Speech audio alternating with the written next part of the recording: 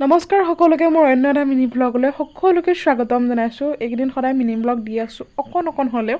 আজি এয়া দেখিছেনে বিহু যিহেতু সমাগত, বিহু পালেহি আৰু পৰহিলৈ, সেইকাৰণে খুব ধুনীয়াকৈ বৰা চাউল তিয়াই থোৱা হৈছে। তাৰপিছত পিঠাগুড়ি খুন্দি এয়া পিঠাগুড়ি খুন্দা হৈছে। তিয়াই থোৱাখিনি দেখালোঁ, অলপকৈ দেখাইছোঁ যিহেতু মিনি ব্লগ।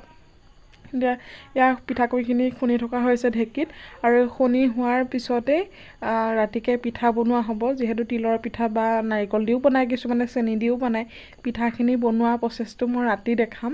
আৰু এয়া দেখিছে নহয়, খুব ধুনীয়াকৈ আয়োজন কৰি থকা হৈছে। ৰাতি কেনেকৈ পিঠাখিনি বনাওঁ, কেনেধৰণে বনাওঁ দেখাম। চবেই জানে, চবৰে ষ্টাইলবিলাক বেলেগ বেলেগ হয়, দেখাবলৈ চেষ্টা কৰিম।